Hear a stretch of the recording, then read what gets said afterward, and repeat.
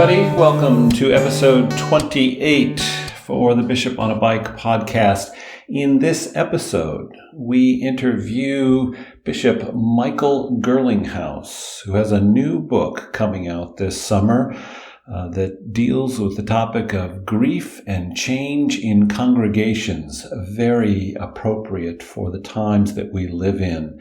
Before we get to that interview, though, just a couple of highlights. I'm on the road, so if the sound is a little funky, it's because I'm recording this in my hotel room. I'm in Augusta, Maine for a Lutheran Episcopal celebration of a joint ministry that we have there with Emmanuel Lutheran Episcopal Church.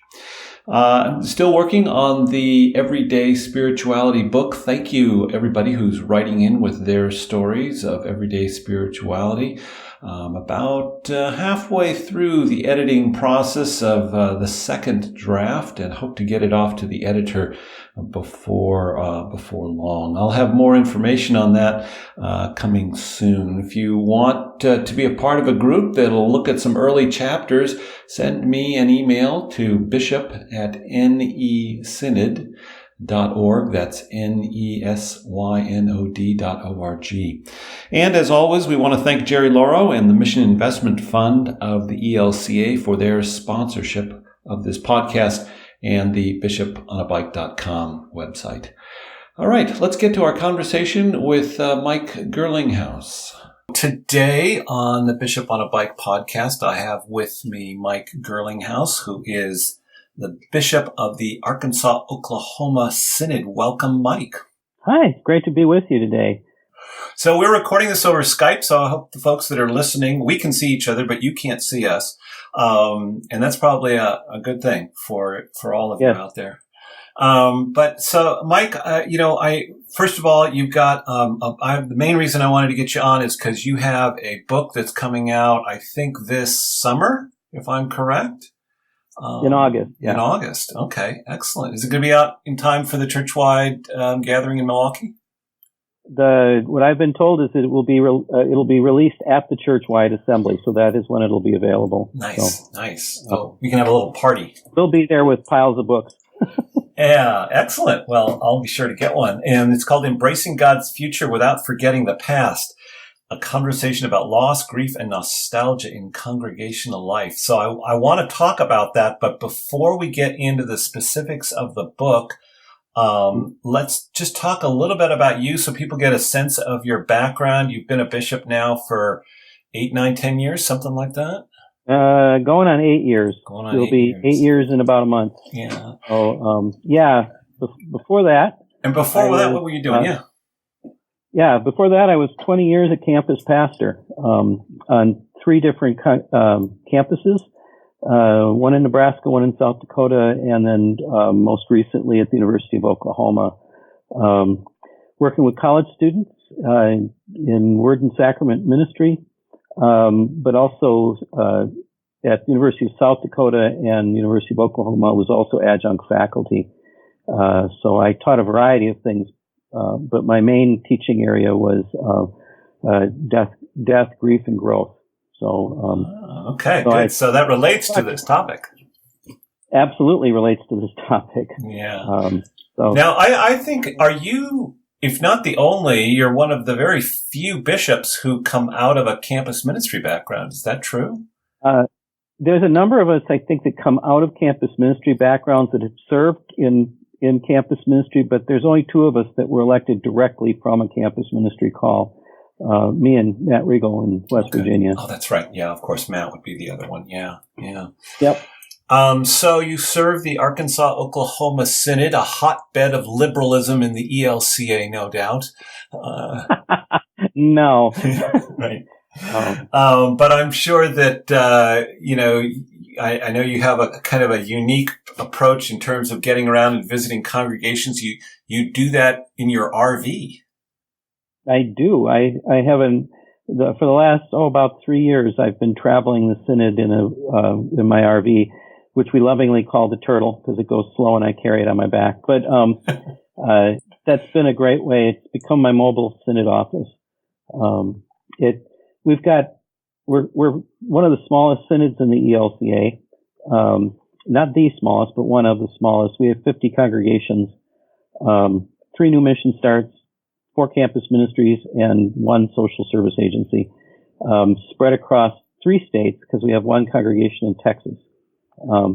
So from one end of the synod to the other is about 700 miles, give or take, east to west. So you have the advantage of few congregations, although there's also a disadvantage to that, I'm sure. But the advantage in terms of you can actually get to and you know the people and they know you, so that's wonderful. But you have the disadvantage of that being spread over a large geography. That's right. Yeah, we like to say that in the north, Lutherans tend to be dense, and here we tend to be vacuous. All right. Well, I've got both. I'll just leave it at that. So listen. We're pretty spread out. We're less than 1% of the total population of the 2 states. So similar for us in New England. We lots of times people go, "What's a Lutheran?" But that gives opportunity for engaging in some interesting conversation. So let's talk a little bit about this background in grief work, because I remember you and I had a very, very brief conversation. One of those in the hallway. And I said, in response to grief, I said, "Oh, like Elizabeth Kubler-Ross." And you kind of did what you just did now, which was chuckled, which is, I think you were being very kind to me, but I think behind the chuckle, what I interpreted was, "Oh, Jim, that's so 1971." In terms of dynamics of grief and loss and all that goes with that. Can you give me and the folks listening just kind of an overview of what's happened in the last 30, 40 years in terms of our understanding of grief dynamics? Sure. Where Elizabeth Kubler-Ross is concerned, she was certainly one of the pioneers in the field of what we call thanatology, or the study of death and dying. But talking about grief in terms of Kubler-Ross would be kind of like talking about modern communication in the church from the perspective of the touch-tone phone, which, by the way, was born just about the same time as Kubler-Ross was writing doing her work. The field has moved way beyond that. So instead of talking about grief in terms of stages, which is kind of what she was talking about, stages of grief, we tend to talk more in terms of tasks, the sort of things that as we grieve, that we need to work on. And the tasks don't really come in any particular order, although we tend to talk about them in a particular order. But they overlap, they crisscross back and forth on one another. Kubler-Ross identified 5 common experiences of grief, but there are lots more. And so it's much more complex than just 5 simple stages. In fact, toward the end of her career in life, even Kubler-Ross said, these aren't really stages so much as they're common experiences that people have when they're grieving. There are a variety of different task approaches to grief, and the one that I tend to use, because I found it really helpful to grieving people, they kind of connect with it, is from a scholar by the name of William Worden. And he says that the tasks that we have to work on are accepting the reality of the loss, working through the pain of the loss, and the other kind of emotional and other kinds of experiences. The third is adjusting to the changed environment, because whenever we lose something, we have to eventually adapt to the fact that the person or the thing that we lost isn't there anymore. And then taking up life again is the traditional way that he's talked about it, but he's really changed even that as we've learned more and more about the purpose of grief. And that is take up life while relocating our relationship with whatever it is that we've lost, the person or the thing. And all of that can apply to, obviously, when people, a wife loses a husband, as an example, and she is grieving the loss after, 50 years of marriage or something like that. So it can have to do with death, but I imagine It also has to do with things like grieving the loss of an identity, grieving the loss of a job, grieving the loss of, you had to move, so grieving the loss of neighbors. Yeah, absolutely. There's all losses generate some level of grief. Now, a lot of our losses are minor, and I mean, you lose a wallet, and you go through a little period where you grieve the loss of the wallet. That might take you 10 minutes, depending upon how much money you had in the wallet at the time. To the very significant losses, the loss through death, loss through divorce, loss in a tragedy, fire, hurricane, tornado. Mm-hmm. So loss generates the experience of grief. And so, yeah, there's a whole range. But the other thing that we often miss about grief is that loss can be experienced in positive experiences as well as negative ones. Say more about that. Yeah. So, for example, when we graduate from high school, that's generally considered a positive experience. Well, for most people. But on graduation day, you realize that your life is changing. That there are people in your graduating class you're probably never going to see again. That, if you were the, lead trombone player in the band, if you go to college, you're probably going to be back in last chair. If you're going off to the military or to a job or to something else, it's going to mean significant change for you. So that while high school graduation is a very positive thing, for the most part, it also generates loss experiences because of the changes that you have to face. Loss can come in a variety of different kinds of ways, but all of them generate at least some level of grief. And so let's move towards the book a little bit, because obviously you've taken that background that you're very knowledgeable and taught in that field. And then you come into this office as bishop 8 years ago. And, what prompted you to want to write this book? My experience in working with congregations that were dealing with change, and most often the change that comes with decline, because we go into congregations and begin to talk to them about needing to reach out, needing to engage their communities more, do more evangelism, change the way they were doing things. And it just seemed like we kept running into roadblocks with them. And, you go in and you'd say, we do a whole day workshop and fill up newsprint with ideas for new ways they could engage the community. And they'd be excited and energetic and all of that. And then you'd come back a month or 6 weeks later or whatever to do a follow-up, and nothing had changed. And that was just really frustrating, both to the congregations and to those of us who were trying to facilitate these conversations. And I was trying to figure out what was going on. And as I listened, I became more and more aware that a lot of the kind of behaviors and reactions that I was seeing in these congregations was really similar to individuals who I've worked with who are stuck in their grief. And then I started hearing, regularly I was hearing people, well, we just wish it was the way it used to be. Right. We just wish it was the way it used to be. We know we need to change, but we'd love to change back to when we had kids, to when the pews were full. And again, I thought, wow, this is just like somebody who's had a significant loss. Same kind of pattern of conversation. And then I thought, well, I wonder what kind of work has been done on organizational grief and loss. And honestly, there's been very little done in that work or in that area. And so I started trying to bring together what I was hearing in congregations who were dealing with change, and with what I knew about how individuals grieved. And so that's where the book came from. Mm-hmm.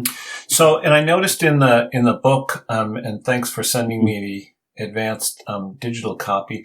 So you've divided it into 4 parts. And when you were just describing there, boy, this first part, Leaving Eden, an introduction to loss, grief, and nostalgia, which, as you were just describing it, and certainly that's a lot of the work that we do and we see with congregations, is a nostalgia for how things used to be. And now with that is obviously there's a nostalgia to a certain point, because most people don't want to go back before indoor plumbing or antibiotics. Although I know some people that would really love to recreate the church of the 16th century, of the first century. Right. Right. You know. Yeah, that's true. And then there's bishops that want to go back to the time when we had armies.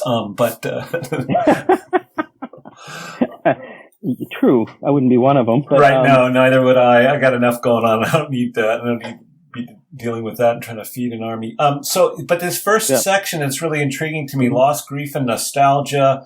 So kind of, what's your summary of that section for us? What are you trying to? Yeah. Well, that first section basically lays out some of the principles that I use in the rest of the book. The first being this task-based approach to thinking about grief, but the second is some of the new research that's being done on nostalgia and how nostalgia works in our lives.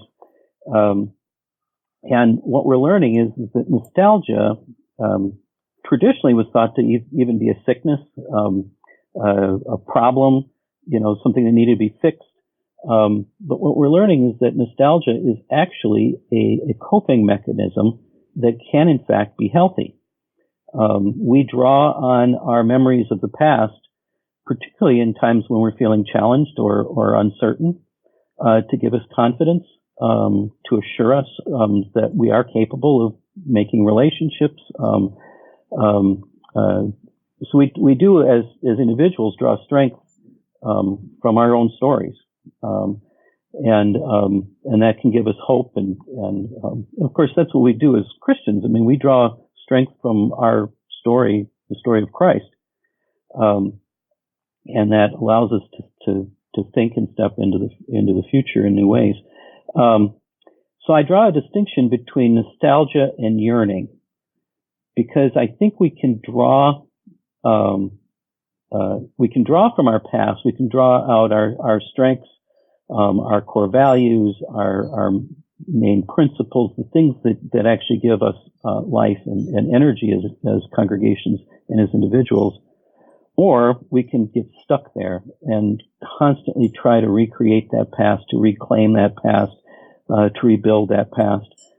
And so the question is, how do we start to move people from that yearning for the past to thinking about the past as a resource that we can draw from to step into the future? And that makes sense, because that transitions to your next section, which is about telling your congregation's story in life and loss. And you're really trying to get people to, yes, yearn for the past, but yearning also has a connotation of the future as well. Is that what's going on in that next section, collecting those memories?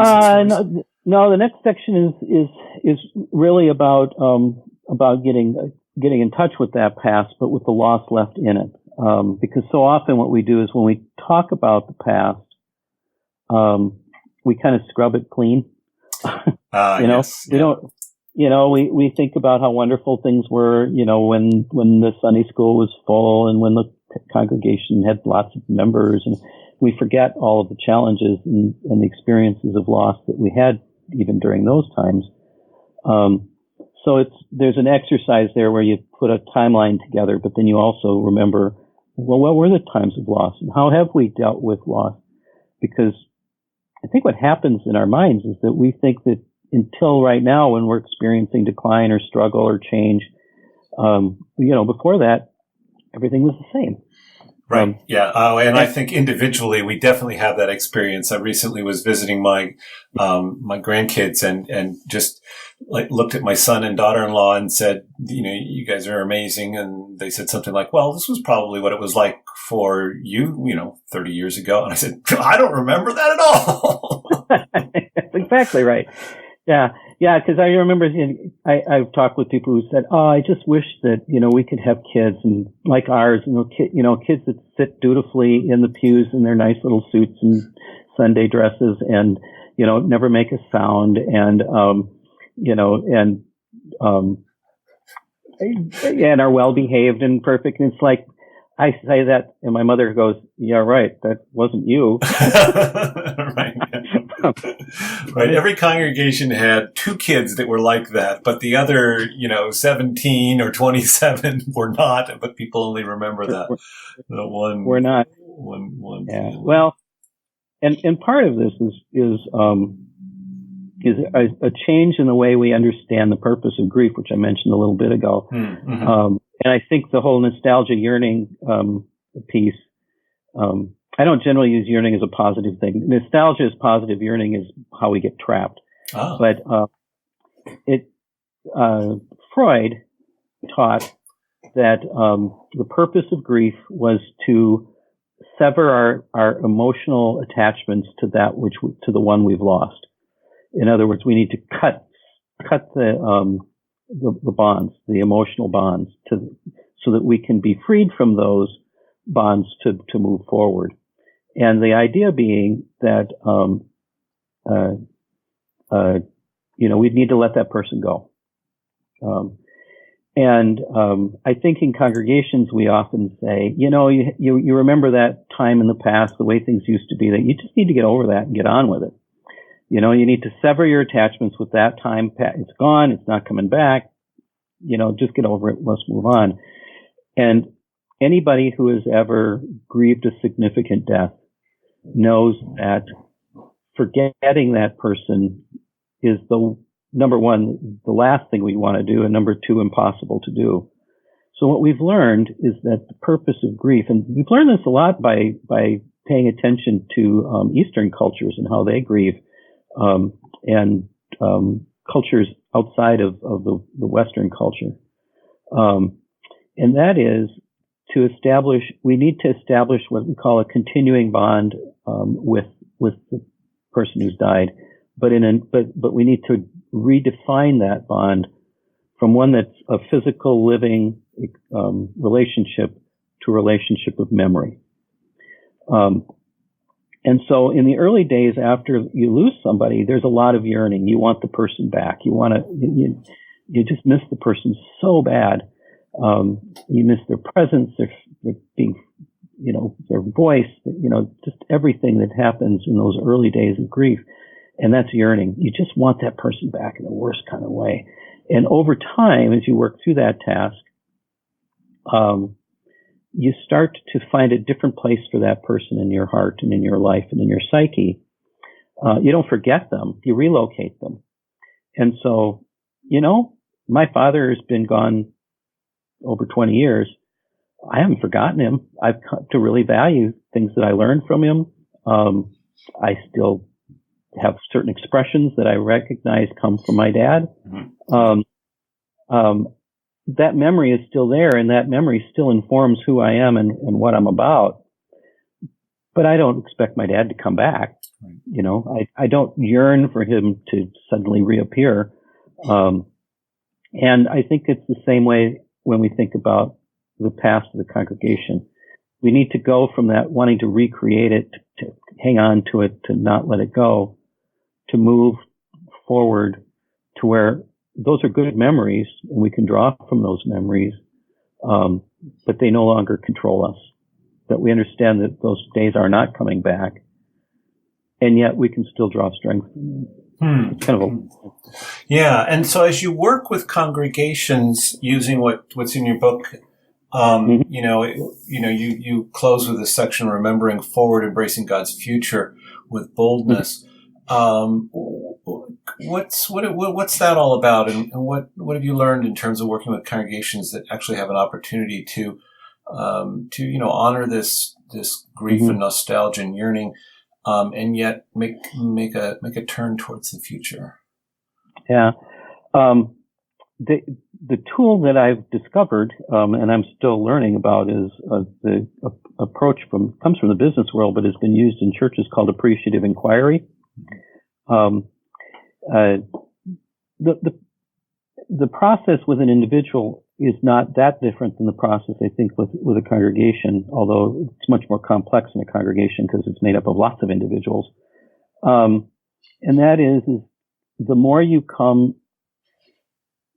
get in touch with your story, meaning where you've been and what's been, and the more you come to appreciate both the strengths and the struggles of that story, and the more you can come to appreciate the strengths in those stories and how to draw from them, little by little you start to make the turn to think about taking up life again, about how am I going to move and live into the future.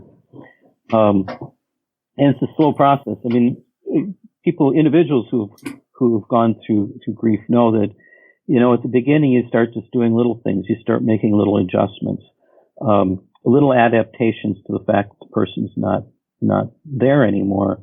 And then you make a few more, and the next thing you know, you can feel your life moving forward again. I think it's the same way with congregations. That as they come to appreciate their strengths from their past, they can begin to say, okay, well, how can we begin to learn from that?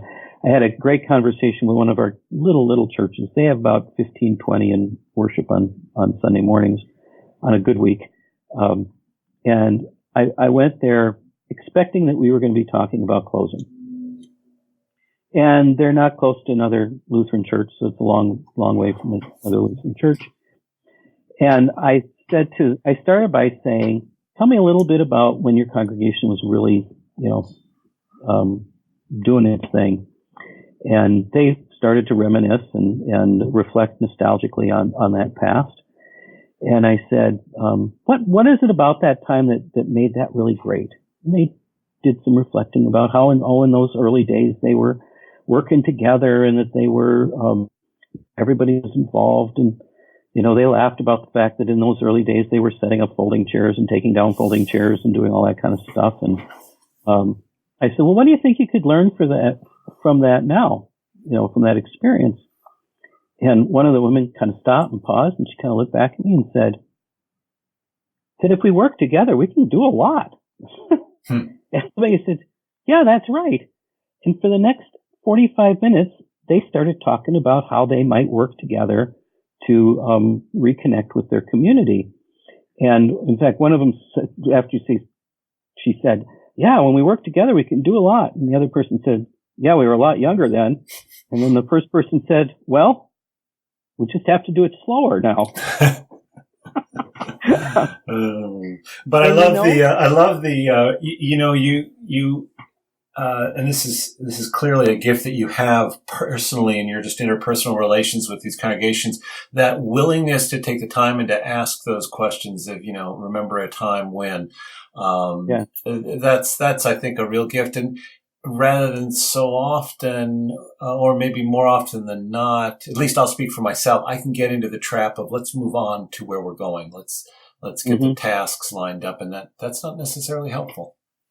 No, it's not. And that was one of my early insights in this whole journey was, the last thing that you want to tell somebody that's recently bereaved, just get over it, right. Get on with it. And yet culturally, because we're a death-defying culture, we tell people that all the time who are grieving.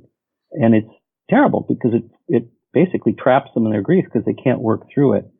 But if you can work through your grief, it frees you. And so to be able to ask some of those appreciative questions to allow people to think about those times and actually work through the feelings and the emotions and stuff can free them then to think more creatively.